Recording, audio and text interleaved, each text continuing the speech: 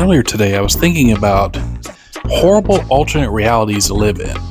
And while I was chasing my son around, who's 2 years old, I started thinking about Sesame Street. And it occurred to me, if real life was like Sesame Street, we'd be harassed on the street by monsters forcing us to spell things all the time. We'd have grown men and women who need help spotting shapes. We would have vampires that'd be forcing us to do math just for feeding off of us just off camera. And people will just appear in your bathtub. So that's not actually so bad, honestly, that part. Now, I posted this on Facebook.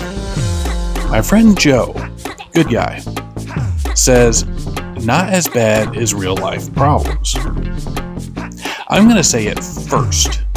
After a while, it'd get to you. After a while, you'd be running up to Mr. Hooper saying, it's a frickin' triangle, Mr. Hooper. You're a grown man. You run a business. How do you not know this? And Big Bird, how is today brought to you by the letter A?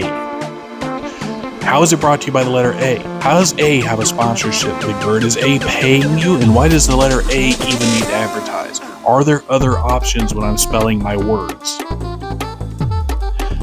Now, naturally, this brings up other people on Facebook, good friends, who have other suggestions. My friend Renee responded, my real fear is living in the same city as Curios George. No one is ever fazed by a monkey just walking around like a person. But in addition to being completely oblivious, they're also not that smart because the monkey is constantly outsmarting them, even the scientists. And she put scientists in quotes. I'm going to agree with Renee on this too. That is a horrible world to live in, especially since they keep calling an ape a monkey. Hear me out. Curios George does not have a tail. Now, there is one specific breed of monkey, the macaque, that doesn't have a tail, but Curios George looks nothing like a macaque. He's either going to be a chimpanzee or an abobo since he's from Africa. Also, the man with the yellow hat, he's a poacher. Think about that. A freaking poacher. So yeah, what do you guys think? What fictional universe would be horrible for you to live in? If I had to pick one to live in, I'm going to go with the world of Bluey.